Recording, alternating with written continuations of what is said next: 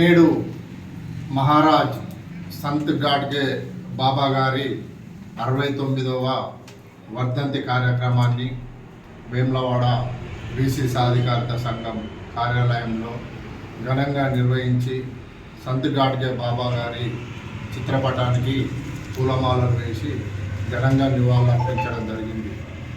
సంత్ గాడ్గే బాబా గారు మహారాష్ట్రలోని అమరావతి జిల్లాలో జన్మించడం జరిగింది.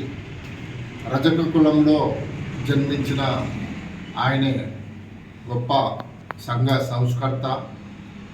స్వచ్ఛ భారత్ కార్యక్రమాన్ని ప్రారంభించిన మహనీయుడు. రజక కులంలో జన్మించడం ఒక రజకులకే కాకుండా యావత్ బీసీ వర్గానికే గర్వకారణమని ఈ సందర్భంగా తెలియజేస్తున్నాం.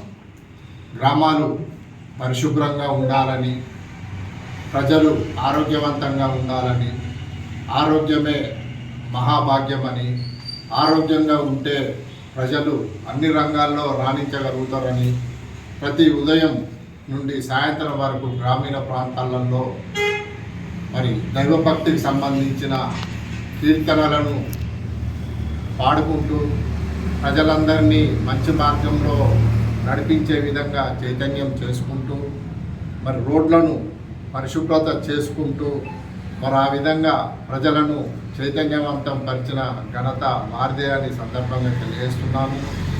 మరి వారి సేవలను మహారాష్ట్ర ప్రభుత్వం గుర్తించి వారి పేరు మీద ఒక విశ్వవిద్యాలయమే కాకుండా మరి వారి పేరుతో పోస్టల్ స్టాంపులను కూడా ముద్రించి మరి ప్రచురించడం జరిగింది.